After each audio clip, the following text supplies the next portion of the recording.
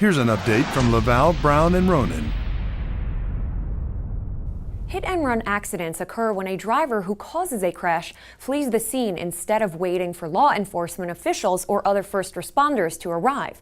Although a person who is involved in a motor vehicle collision is legally required to stop his or her vehicle as soon as possible and identify him or herself, this does not always happen. Florida law, along with most other states, requires that drivers stop if they're involved in an accident. Additionally, people who are physically able to do so should check on the other driver and passengers and call for emergency medical aid if people are hurt. Law enforcement officials should also be notified, and the driver should exchange information, says attorney Ken Ronan. A hit-and-run driver may flee the scene due to many reasons, like a lack of insurance, intoxication, or an outstanding warrant. Even though leaving the scene of an accident may result in criminal prosecution, it happens quite frequently.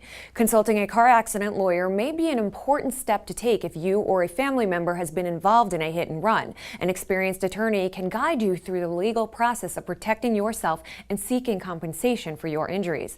Lavalle, Brown & Ronan's team of experienced litigators can help you and your family get the results you desire. For more information, visit bocalaw.com.